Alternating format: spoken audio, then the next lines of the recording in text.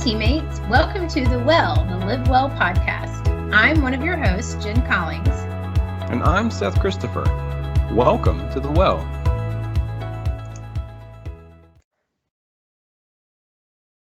Hey, Seth, it's time to launch March in Nutrition Month. Hey, Jen. Looking forward to it. This is going to be a lot of fun. We're going to start our podcast today talking about building healthy eating on a budget. So that's a huge topic, I think. Yeah, this is a pretty important topic. You know, one of the common things we hear, and we'll get into a little bit more detail as we start talking about eating healthy, is, hey, healthy foods are just so much more expensive, and it's always top of mind. I know in my household too. We've got a house full of 5, so it's a pretty important topic. Glad that we're going to be able to pull back the layer of the onion, if you will, and hopefully get some really good details for our teammates today. Yeah, I'm excited to dig in. I have a proposition for you, though. What if we do things a little different on this show than we've done in the past? And let's roll right into Fast Facts and then right into Mythbusters, and then do some deep dive around the topic. What do you say? Okay, let's roll with some Fast Facts.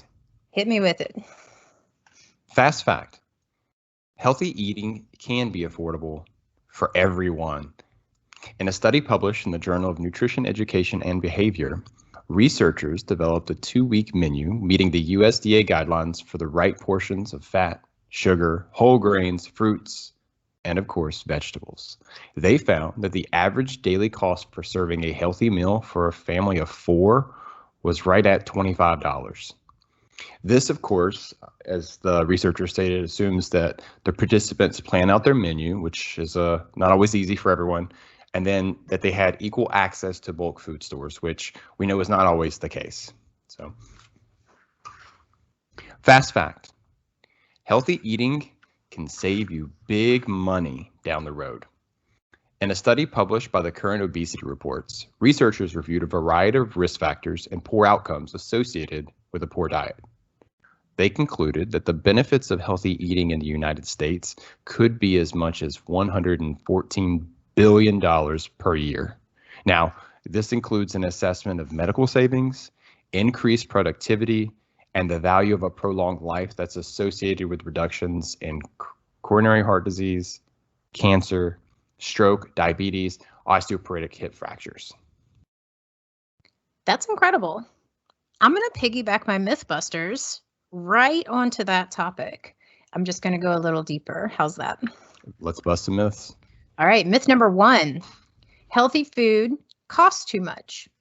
Many people think that healthy eating cannot fit into their weekly food budget. There are many ways that you can stretch your dollars, though, and eat healthy, and that's what I want to make sure that we leave our teammates with today. Some tips: buy in-season produce and freeze it. In-season produce is often sold at a fraction of the price compared to off-season.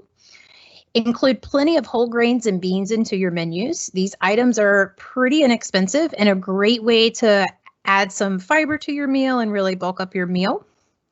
Plan your menu based on sales. This is a really interesting tip. Before heading to the grocery store, check out your local sales paper or email, because mine come by email. I don't get a paper. Or visit your local farmers market. That's been a little harder, I think, right now. I know farmers markets hopefully will be opening back up here soon, but at a farmers market, you can buy fresh, locally grown produce at a fraction of the price as most supermarkets. So that's some really great ways, and we'll get into some more ways to make sure that you get some healthy foods on a budget. Myth number 2. Frozen fruits and veggies are less nutritious than fresh ones. Not sure if you've heard this, but I love busting this particular myth. It is definitely fine to get frozen vegetables and keep them in your freezer, or you can buy in season and freeze later. It's an old chef's trick. So you can get frozen vegetables right in the Walmart or Harris Teeter, Publix, any of those, and they have dollar bags of and it's a steamable bag. So, and that's a way you can buy in bulk if that's an option for you and keep for a long time. And also they can make really great snacks. So if you're, hungry and not sure, you can just throw a bag in, steam it, and go. Same thing with frozen fruits as well. You can buy frozen fruits in the freezer section, and we're not going to kick off too many of those healthy points. Wow, that's some really good facts there that we're discussing. Way to bust the myth on, especially the frozen portion. We can unpack. There's a lot to unpack, both in my fast facts and your myths. So maybe let's get started with the frozen fruits here. As a father of 3, I've got 2 toddlers. One's extremely picky, one's not. So we always try to buy some fresh fruits at the beginning of the week, middle of the week, just to have available for those snacks. And one of our challenges is they don't always get eaten. Some of them, sometimes they really like strawberries, sometimes they don't. And so when we get to kind of that back window of the fresh strawberries still being good, one of the tricks I found was chop them up and throw them in the freezer. I've also found this to be very helpful on the other side. So just like what you were saying, buying frozen fruits and vegetables and just having them ready to go. Never know when I'm going to be rushing at the end of the day and kind of pushing through, trying to cook a meal. At least I know that whatever I throw in the microwave or I heat really quickly will have some positive nutritional content and won't be sort of the chicken nuggets and fish fingers that might also be accustomed to. Absolutely. And budget is a large topic, right? It can be budget of finances. It can also be budget of time. And a lot of times when I've talked to people about cooking more at home and, not buying convenience foods, it comes down to, it's too expensive and I don't have the time, right? But if you get already cut vegetables, or get in the frozen section where you get the broccoli or the peppers, you can make a really quick stir fry with those frozen peppers, and it's can be less than 30 minutes. So absolutely, frozen vegetable. I mean, I love to buy fresh. We definitely buy some fresh in our house, but I have teenagers. I can promise you they're not going in there and pulling out a cucumber to eat as a snack. But they are pulling out the grapes that we buy. We do have apples in the house, so those get eaten. And from a somewhat painstaking trial and error, I've been able to introduce and keep good vegetables and fruits in their diet without breaking the bank. That's a great point. I'm thinking back to, yes, having fresh fruits and vegetables are great, but it's not equal for all teammates. Having to sit down and plan meals, that takes time. It takes practice. It takes a lot of energy and a lot of focus on sort of expanding your horizons instead of focusing on the immediate, the next couple of days, thinking about the next week. And we've addressed this topic in the past, but Jen, you're a former health coach as well. What are some of the tips and tricks that you've given for people that are struggling to make it a priority, or it's just not at the top of the list with all the millions of other things that our teammates might be juggling right now? What are some great tips they could use? So there's a great website, the myplate.gov has an entire page on how to eat healthy on a budget. But I always talk about the 3 Ps: plan, purchase, and prepare. And it makes sense if you take time. Like if you plan your meals, you just said, yes, it's hard and it takes practice. But once you get into the groove, it's really easy. And so I have had to do this myself. Like I said, we have 3 kids in and out for sports and things. And one of the things I learned several years ago is I take some time on Sunday. I go through Pinterest is my best friend. I go through Pinterest. I plan my meals for the week. And then I make my grocery list based on our staples that we need and then the ingredients that I need. And as I'm planning those meals, I'm also looking in my pantry and in my refrigerator and freezer to see what I don't need to rebuy so I don't keep buying the same thing over and over again. So, and then we purchase it. I use a lot of the online grocery shopping. That way I'm not impulse buying. I'm not grabbing some of the packaged foods off the shelf just because I might be hungry or it might look good at the time or it's on sale, right? Sometimes those packaged unhealthy things can be on sale and look real attractive at that point. So online grocery shopping is a great way to kind of save some dough and then just prepare. So when my groceries come, if there's anything I need to chop or get ready for the week, I take a little bit of time to get those ready so I don't have to worry about it on a weeknight when I'm running in real quick to cook some dinner. Started to think about for teammates, and sometimes, especially with the COVID times, we all aren't in the grocery store. But a tip that I always found very helpful that I had heard a long time ago, and it's true. One, if you're going to the grocery store, don't go hungry.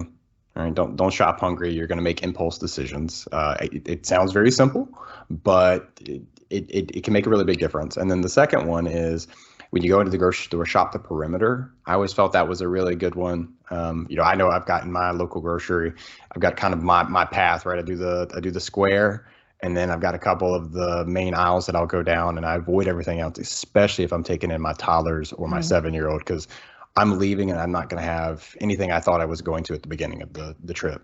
But those are two tips I found to be very helpful, and I've applied, and I've heard other people have been very successful doing it. Absolutely. That's the other thing that we recommend and I talk to people about is go in with a plan and know it, and try not to go off that list as much as possible. You talk about your toddlers. I kid you not. Every time I take my 16-year-old daughter to the store, we come home with twice as much as what I plan to go in with. So it's also good to teach the kids that, hey, no, we're sticking to the list, give them options saying, hey, why don't you pick a fruit that you'd like to try this week? Get them involved if they're going to go to the grocery, but absolutely shopping the perimeter, don't go hungry. That's the worst, right? If you've ever had to go to the grocery store after work or after church and everything looks good, you just grab whatever you can find. So another way to really save some money is use your leftovers. So as you're preparing for the week, it can be quite daunting if you feel like you got to cook 5 days a week, right? Who has time for that? Mm-hmm. But if you can cook enough to where you cook the cook on Monday, leftovers Tuesday, cook on Wednesday, leftovers Thursday. In our house, usually Friday's a freebie. So I'll plan to go through Thursday, and then Friday we'll do some kind of takeout of some description, and then we get back on track on Saturday and Sunday. So that's a fun way to break it up as well. 7 days in the week, there's a lot of variety in everyone's schedule, and not everyone's circumstances are the same. Find what works. I think, Jen, we've laid out some pretty nice tips for helping to prioritize. Necessarily, does it apply to everyone's situation? No, but I think there's some ways and some benefits to trying to be a little proactive about your planning, taking a small step forward every week, or trying to be a little bit more intentional about how you go about it. I think in the long run, there is a way to eat healthy, do it on a budget. And go back to some of the fast facts I found, give yourself a little bit more prolonged life later on down the road because you've been able to take advantage of it. So it's all kind of egg and chicken, but at the end of the day, you got to find what works for you, and making sure that you're at least taking steps forward is the right thing to do. And teammates, don't feel overwhelmed by this. So when you start to hear about changing up how you're grocery shopping, how you're budgeting, start slow. Start with what you can handle. So maybe it's one meal in the week that you plan and prepare for. And then as that is successful, build it out to 2 meals and then 3 meals. And like Seth said, find what works for you. There are lots of apps out there that can help you with grocery shopping. Another app that is you can use in the store is called Fujicate. I don't know if you've ever used that one, but that's kind of a neat one. You can scan the food items and it gives you an A through F score. And A, of course, is a good score. And if it's a lower C, D, or F, it'll give you an alternative for a healthy product. So it's time consuming because, of course, you're there scanning all your stuff, but it can be quite eye-opening. That's an option. And there are tons of grocery planning apps out there. For me, I looked at a lot of them. For me, I use the simple note in my phone and Pinterest. And I go almost old school. I'm not pencil and paper, but the apps, I just needed to simplify it. And I don't make it to where like Monday we're doing this, Tuesday we're doing this. Like I tried to do that and it was too constraint. I didn't like that. So I like to have some flexibility in the week. Yeah, a great tip there to maybe just having the right ingredients an idea of some of your recipes that would apply to it, and then seeing how your day shakes out. Yeah, it's great to be scheduled and planned. That works for some people, not for everyone. But having the right things available to you in your pantry can go a long way too, and giving you some flexibility to make some recipes on the fly. Yeah, and be kind to yourself. If something doesn't work out well, it's okay. Just find another way and give yourself some grace and move on to the next option. And Jen, one topic, we won't spend a whole lot of time on it. We could, this maybe extends a little bit beyond our scope of the show, but we talk about on a budget. It also helps to kind of understand what it is that you're spending on a weekly basis, on a monthly basis on your food, and set that as your starting point. I know it sounds very simple. A lot of people probably already do it, but making sure you're continually revisiting that. I know when my family exploded, I mean, I've got, like I said, twin toddlers. There was a time where I was like, wow, where are we spending all of our money on the groceries here? And just, it was a lesson learned just to keep revisiting, what's coming in, what's going out. And there's a lot of variability in how people do that too, but making sure you have kind of that budget set in mind, and the groceries can go a long way. Because sometimes if you get caught up just kind of flying by the seat of your pants, before you know it, you spend a couple thousand in groceries and you're like, half of that went to waste. Just another thing to do. Again, a lot of different ways to get there, but having that budget and that goal in mind can go a long way in setting yourself up to be successful. That is such a great tip, because it is really easy for groceries and food bills to get out of hand quickly.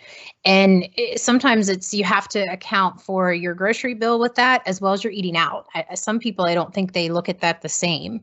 So they may have two bills, but it's all food bill, and it can get out of hand quickly. That is awesome advice. Thank you for adding that in. All right. We have talked about such a great topic. Yeah, a lot of great conversation today, Jen. Your budget, eating healthy, a lot of layers that need to be pulled back, but let's maybe spend a little bit of time recapping, putting together succinctly, what is it exactly that we learned today? So today we learned all about eating healthy, and that it does not have to be complicated or expensive. Just plan, purchase, prepare, and remember to be flexible. Shop the perimeter of the grocery store to find less packaged foods with healthy options. And then your fresh and frozen vegetables and fruits, those are definitely options that are available, and you can eat them quickly. They won't go bad. So don't forget to shop in that section as well. And remember just to get a grip on what your budget actually is and start to map out some of the weekly shopping habits that you have to help better align money in versus money out, and watch yourself become a little bit more healthy and a little bit more financially healthy too. And make sure that you check out our nutrition page on the Live Well website. There's a lot of great tips and tricks for eating healthy there. There's a great story, so check that out. So let's talk about some takeaways here. So what is it that we would like our teammates to walk away from our podcast today? One recommendation: make a grocery list, plan your menus, do that plan, purchase, and prepare. Or start with one meal a week and put a budget for it.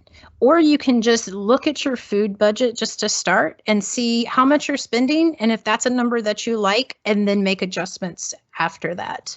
Next, add fruits and vegetables to at least one meal or snack during the week, and then build out from there.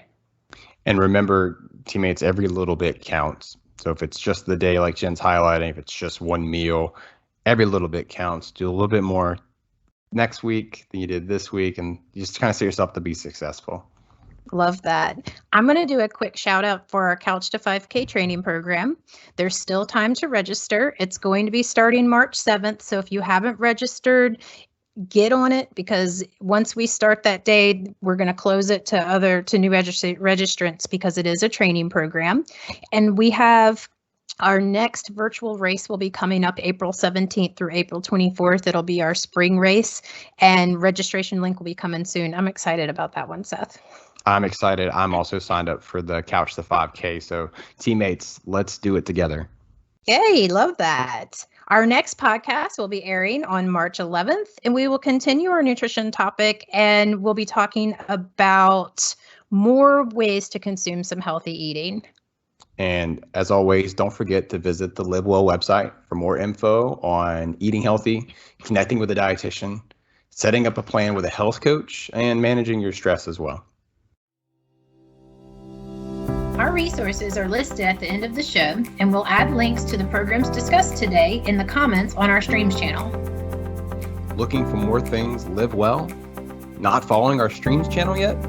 Search The Well on Streams in Office 365 or find us on the Live Well website to access all our content. Thanks for listening to The Well today. Stay safe and live well.